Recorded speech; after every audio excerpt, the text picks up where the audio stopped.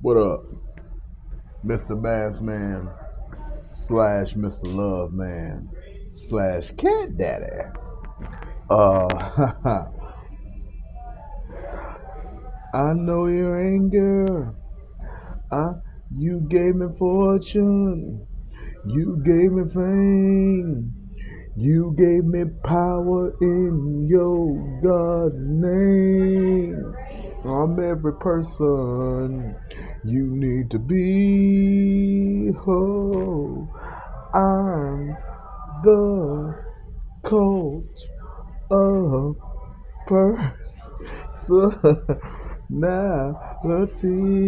I am the coach of, I am the coach of, I am the coach of, I am the coach of, I am the coach of, I am the coach of, I am the coach of, I am the coach of personality. Ask not what your country can do for you. Thank you. What's up, y'all? CM Punk. CM Punk has returned to the WWE after being gone for more than a decade.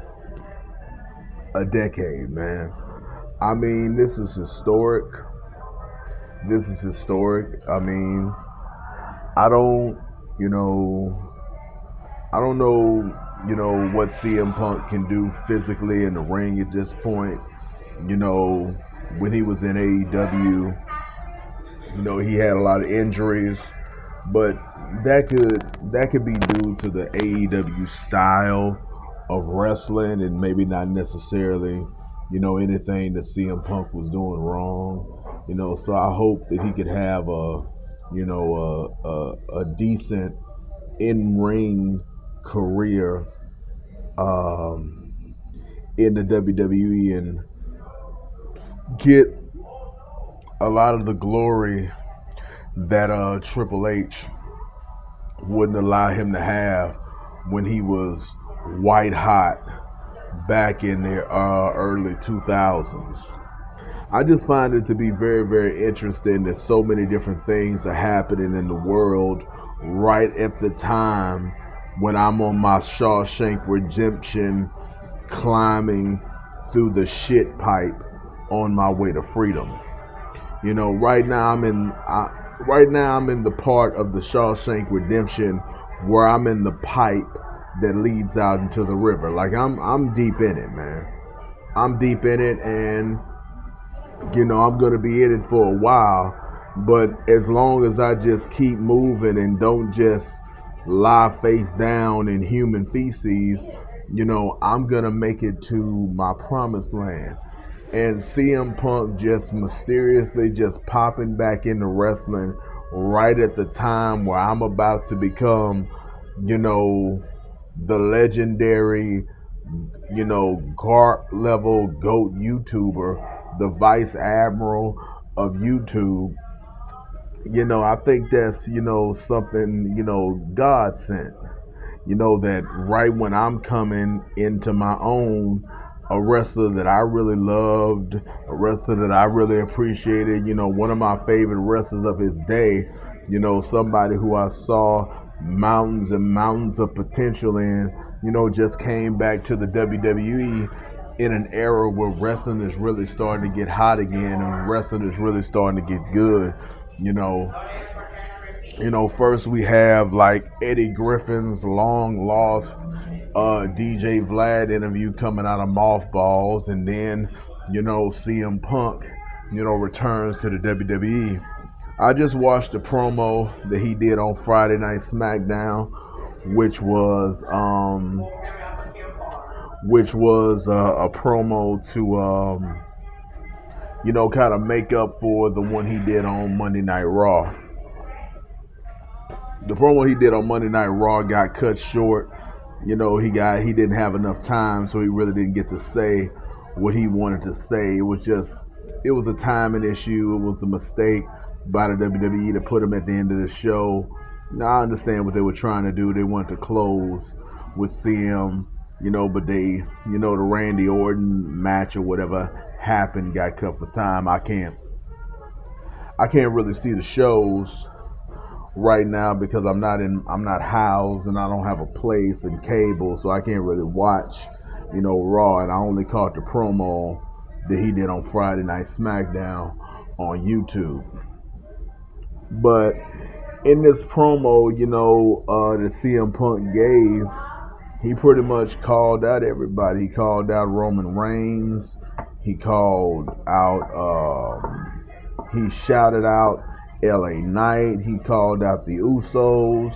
Main event Jay and Jimmy and all of the cousins of Roman Reigns. And he talked about how he wanted to main event WrestleMania.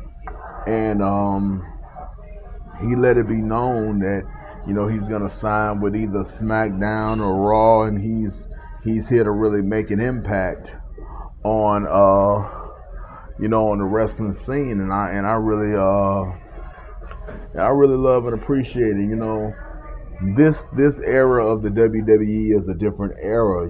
This is the Roman Reigns era, where Roman Reigns, when he does show up for work, cuts amazing promos and has amazing matches, and guys are able to like elevate. And you got Rhea Ripley doing amazing things in the women's division and being the leader of the Judgment Day. You have Cody Rhodes, even though he's probably not going to be the one to take the belt off of Roman. He's doing amazing work. It's just the WWE is like coming into like some sort of a renaissance in terms of how good it is and how enjoyable it is and how popular it is. Everybody likes that Roman Reigns acknowledge me shit, that head of the table shit. It's brilliant shit. And the thing that Brock Lesnar brought to the game, being a champion that isn't there every week, has really like up the prestige of being the champion. Like, not gone are the days where a champion is defending his belt on a weekly basis or every pay-per-view or wrestling every Raw or SmackDown.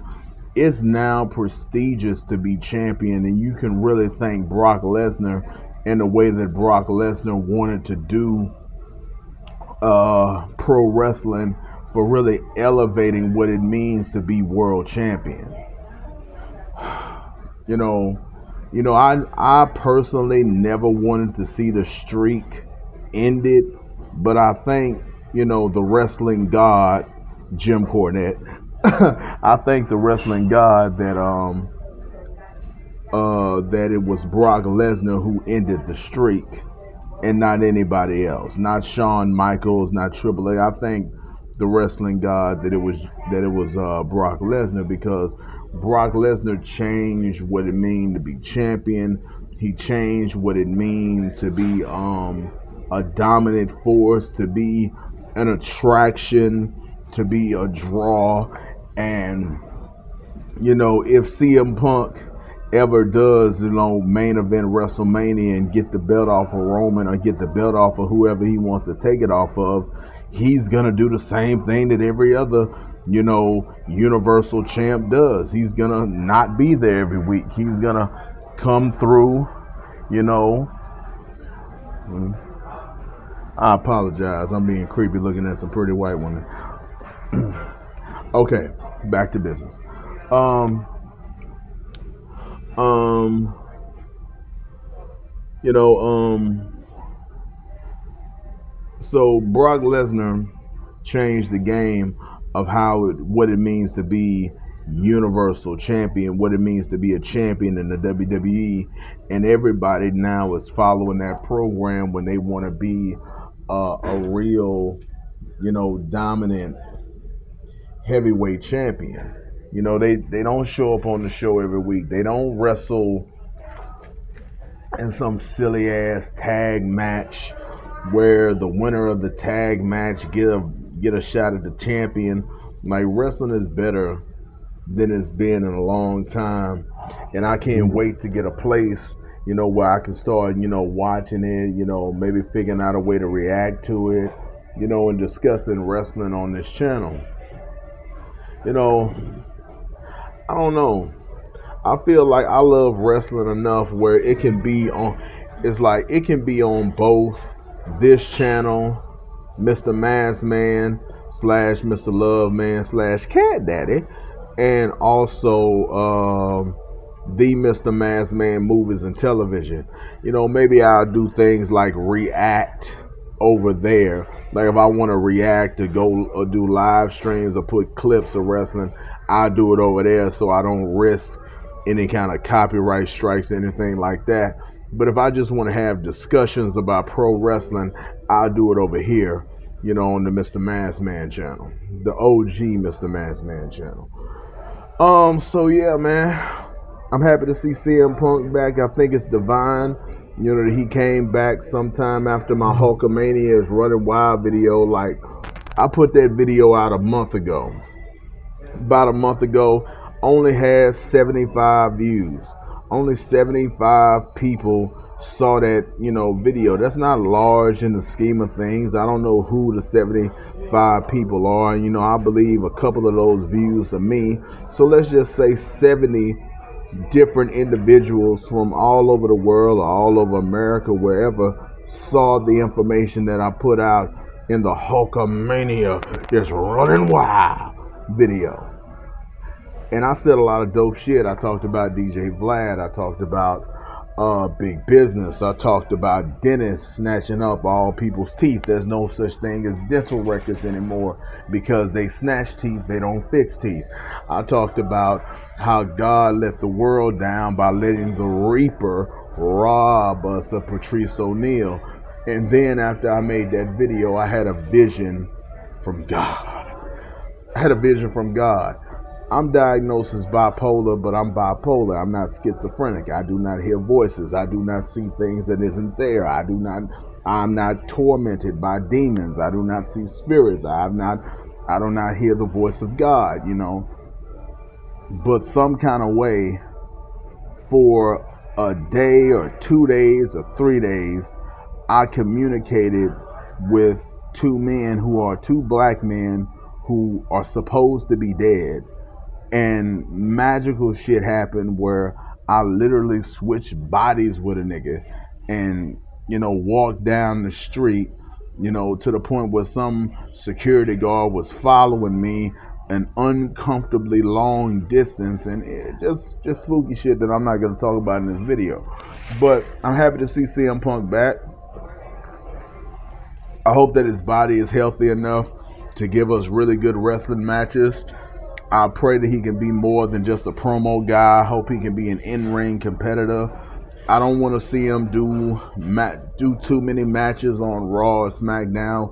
I'm confident that CM Punk is going to be on Smackdown. I'm pretty confident that he's going to, because Smackdown is really where it's at now. I mean, and even though Raw is the flagship show, SmackDown is the cutting edge broadcast. It's the broadcast that's keeping the WWE relevant. Nobody's interested in seeing CM Punk go up against Seth Rollins for the title. It's like CM Punk is gonna smash Rollins because even though Rollins is technically a world champion, he's kind of like, what do they call that, mid-tier? He's kind of like, he's a mid-level. He's a mid-carder. He's a mid-carder world champion. Like, Seth Rollins is just because of who and what he is, he's never gonna be the main event. That's just not what Seth Rollins does. It's just not who he is. It's like they're never gonna position him to be that guy. He's flamboyant. He's interesting. He's fun, but he's not the guy who we care to see. Like CM Punk will shred Seth Rollins, and it won't be that interesting. And there's really not a whole lot of competition, for CM Punk on Monday Night Raw. I can't really recall who all the men on Raw are. I can't recall. I don't even know who's on Raw. right now because I don't watch the shows like I used to. But you know, everybody knows that it's hot. The hottest shit is on, you know, is on Friday Night Smackdown. So that's really where CM Punk needs to go if he wants to be relevant, if he wants to be a part of pop culture, if he want to trend on social media, if he wants to be, the biggest thing in professional wrestling. He needs to be on SmackDown, even if he doesn't go, directly at Roman Reigns first. It's just more interesting. It's more, of a compelling story, and it's just better for business, as his good friend Triple H would say. So that's what I think of the situation. I think it's divine that CM Punk returned after 10 years, right I'm at the end of my journey, as I'm about to get housing and I'm about to get, my freedom papers, and I'm about to be the man that I want to be and put together everything, put together like the three, I think it cost me about, I get a $914 check. Rent is probably gonna be, let's just say 300, and then I got 600 to play with. Then we got to stack and eat, different things. So, um, yeah, like 2024 is a building year. I'll just say that 2024 is a building year. I'm not gonna really try to rush into like doing a whole lot of shit in 2024. 2024 is about getting my place, saving up the money to get all of the equipment that I need. I need a laptop, I need a Google Pixel, I need Bose headphones. I probably want a decent smartwatch. I'm probably not gonna get the most expensive smartwatch, but a decent smartwatch. You know, um, I'm gonna pay for, editing software subscription, cable, internet, different streaming services, Spotify. Uh, Try to get like figure out how to record, video to like put it on YouTube, how to connect the phone to a laptop, how to screen record, like a lot of shit. Like 2024 is a building year. 2024 is 2024 is a really an in construction year. So a lot of things that I'm gonna do for the channel and that I'm gonna do for the channels: Edward J. Anderson Jr. Jaye Anderson Anderson, capital J capital R, the Mr. Massman movies and television, and Mr. Massman slash Mr. Loveman slash Cat Daddy. So um 2024 is going to be a construction year. It's going to take me most of the year to get all of my equipment, get my place comfortable, get a routine of washing clothes and buying things like Glade plugins and scented candles and different things to like make the women who will eventually come over feel comfortable and have it smelling good and looking good, and get me some colognes and scented oils, and give me a beard trimmer because I got one of the worst beards of all time, nigga. I got one of the worst, beards ever. So I want to keep this, smooth shaven and keep the little patchy goatee and the mustache. I want to keep that, but I want to get rid of all this stubble over here and kind of keep the sideburns, keep that looking good. But yeah, a lot of things are happening in the world. A lot of things are happening in the universe. Something is changing. When I changed, it seemed like the world changed with me. It's like everything was going along the way that it was going along, and then I decided to change, and then YouTube was going to delete a nigga. And then I started fighting back by putting 911 and giving my phone number in my thumbnails. And then I got to the point where I couldn't be deleted. I couldn't be removed. I couldn't be stopped. And you know, I got a new lease on life, and the world is changing because the linchpin, the Rock of Gibraltar, the Superman, the ghetto Superman, shout out Life Jennings, the ghetto Superman to this game, the linchpin that timelines revolve around, is just here, shaking up the world. So I'm not saying that CM Punk was one of the ones who saw my video or he knows who the masked man is and he decided to go back to WWE because of me. I'm saying that it's all a part of God's plan to let me know that the world is working, to come into the world. The universe hears and is responding to the change in me. The whole universe and the whole world is responding to the change of the man who wants to be the first legitimate American king. When I say I want to be king of the South, I don't mean that in a metaphorical rapper sense of the word. I mean I want to be an actual king that does actual king shit. Now I don't want to be executing people or being any kind of a dictator. I want to be a benevolent king. I want to be a king that builds shit. I want to be a king that makes, my subjects, and I don't really know if I want to call them subjects, but I want to make the people underneath my kingdom comfortable, and I want to have them involved in the decision making, of the kingdom, and we build together, and we are all, living a good life. It's not just me in a palace living good. It's like you living just as good as the king in your house, in your residence. You living so good, you don't want to take my castle from me.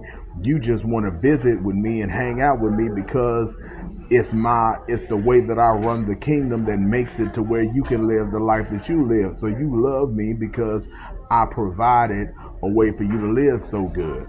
So you're not even jealous of what I have. You want to come and give me more. No better than Solomon, nigga. So I'm happy to see CM Punk is back. Shout out Jim Cornette. Jim Cornette, you the man. I hope someday that you can give me a private phone number so we can talk. I would love to talk, about wrestling. I don't know much about old school wrestling. And I can't really watch a wrestling match that doesn't have commentary in it. It's just how I was raised, man. I just can't listen to wrestling that doesn't have commentary. But I would love to get all the books that you've ever written. I would love to discuss wrestling with you.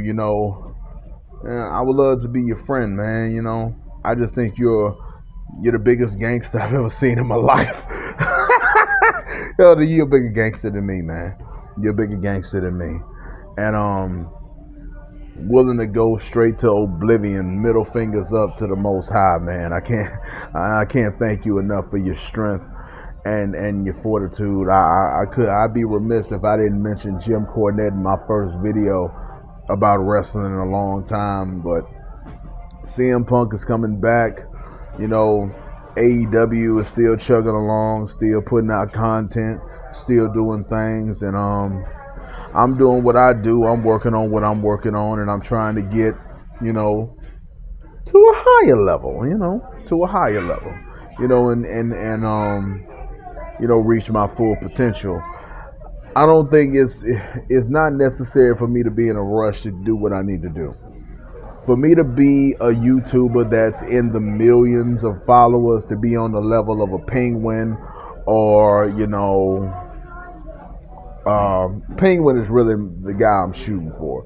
I'm really shooting to be on his level, if not exceeding his level. I really want to be around 10 to 15, 14, 15 million subscribers. That's really where I want to be. Like 15, 10, 15, 20 million.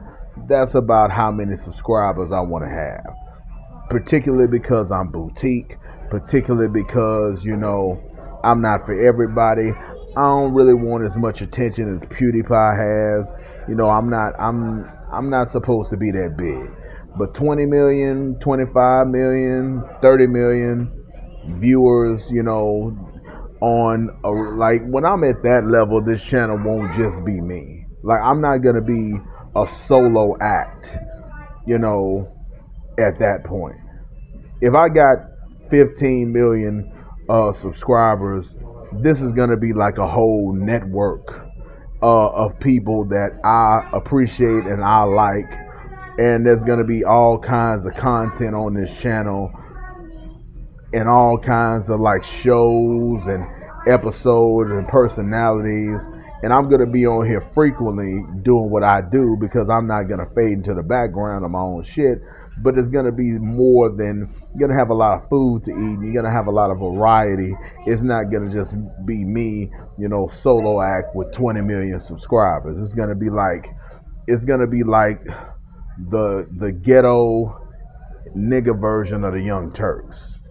It's gonna be like that, but like, real, legitimate, authentic, you know, you know, real, authentic. Like, what I do is not journalism, real, authentic art and artistry and conversations and movement work. And it's definitely going to have a lot of tie-in to the Edward J. Anderson, Jr., the Judge character, and taking advantage of all the information that John Oliver and Adam Conover have put out over the years, and how we can, use that information to transform and restructure and recomport the world and fight corruption in particular, deal with poverty and destroy big business and disband the Catholic Church and jail and punish the wicked ones. So that's really what I have to say. I kind of want to go on and on, but I don't think a video on this channel about CM Punk, can ride. I just wanted to say that. I wanted to discuss that. CM Punk, I love you, brother, and I'm happy to see you back. And if you ever see this video, just know you're one of my favorites, man. You always one of my favorites, and I love what you were doing with the Straight Edge Society. Like back in those days, those was in my don't drink, don't smoke, no wife, no kids days. And I was like, yeah, man, the nigga talking about he's straight edge, I really identified with that character and what you was doing with like, Rey Mysterio. And I hate that they didn't give you the wins that you should have gotten back in those days, or you didn't get the victories that you should have gotten when you had Serena Deeb, working with you, and you had her shave her head. And man, you just did amazing work as the Straight Edge Society. And I love what you did. I way before the pipe bomb, and I saw so much potential in you and what you could do. And I just think that you just have a great wrestling mind. And I think that when your career is done, you need to be some sort of a booker in professional wrestling, because you have that kind of mind. They need to put you as some level of a booker, and you need to book for Monday Night Raw. I know that most likely, if you want to be relevant, you're going to SmackDown. But when you get done with whatever run, this is probably your final run, because we haven't defeated death, and we haven't, made it where people can live indefinitely. So I don't know how many years you have left in your career. Rick, not too many people are built like Hulk Hogan and Ric Flair, so I don't know that you can go another 10 years. But, when you wind it down and when you want to hang it up, I think it would really be wonderful. I really think it'd be wonderful if you could like be a booker for Monday Night Raw, and if you can like make compelling and interesting stories and good angles and find talent. What HBK is to NXT, I think you should be to Monday Night Raw. And Paul Heyman is doing, Paul Heyman and Triple H, or whatever the forces are making SmackDown great, is making SmackDown great. So like, get involved, man. Stay in the business. Don't just make this your final run. And you say you're home. Well, make your home your own home. Monday Night Raw used to be the hottest thing in the world. That's where Stone Cold Steve Austin and The Rock, came to prominence. Like, we need, new stars at that level. We need people performing at that level. We need people who left wrestling, to come back into the sport, into the art form, and be fans again, and come to wrestling events and bring it into the 21st century, and enjoy the product that people put out. So I'm so happy to CM Punk came back right as I'm looking to get into my bag. And I've really thought about it. It's like I'm not gonna like go straight at this thing. 2024, I only make $914, and I don't really get money from my very small fan base. So I'm really gonna have to take my time stacking. So I gotta buy a Google Pixel, then I gotta buy Bose headphones, then I gotta buy a $500 laptop, then I gotta pay for subscriptions, then I gotta pay for cable, then I gotta figure out how I can record things on a screen, things on a TV. There's a lot of shit I gotta buy, so it's gonna take me and I gotta save up for a car. So 2024 is gonna be a year where I'm stacking and packing. So I'm gonna have to take a lot of time to buy and hold on to the things that I'm going to use for the channel. So 2024 is a construction year, and 2025, 2026 is the building years. 2024 is where I lay the foundation, where I get the foundation secure, buy everything I need to get it done. The car, the equipment, the mics, the software, talk to the people that, can help me, walk me through what kind of tutorials I need. And then 2025, I get to work. 2025, I start the building process. 2025, 2026, and maybe even into 2027, so 4 years instead of 3. 2024 is the acquisition foundation years, and then 2025, 2026, 2027 is the building years.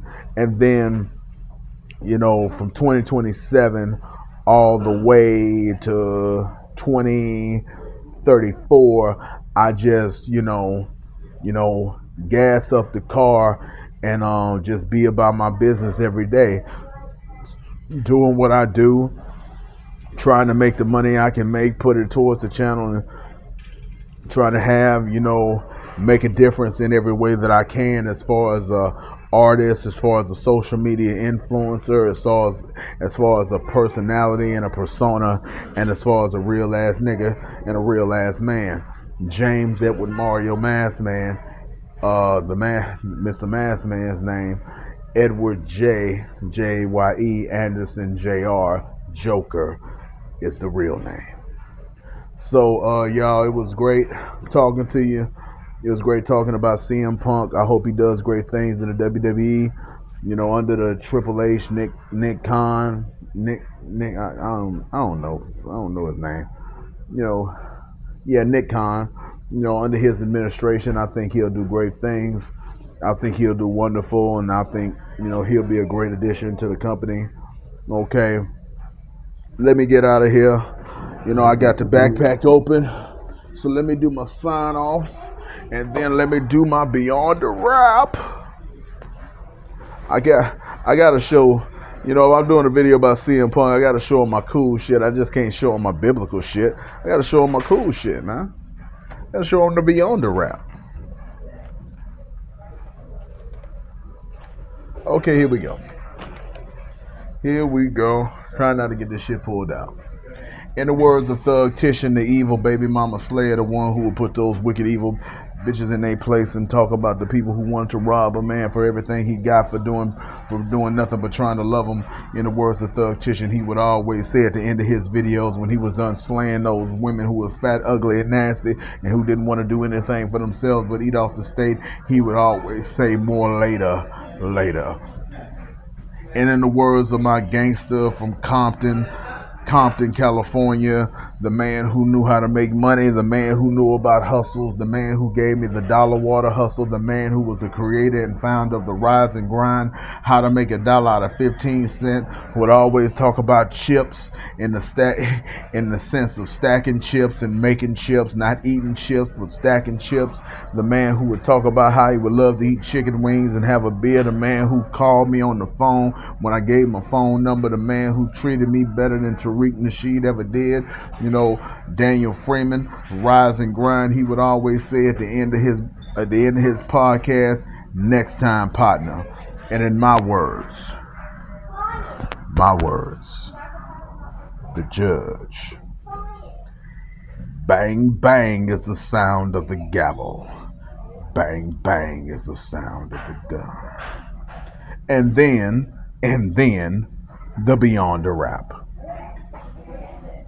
Okay, in the words of Thug Titian, the evil baby mama slayer, the one who would put those wicked evil women in their place and tell them what they was about and tell them they was nasty and tell them they needed to get it together and tell them they wasn't nothing. More later.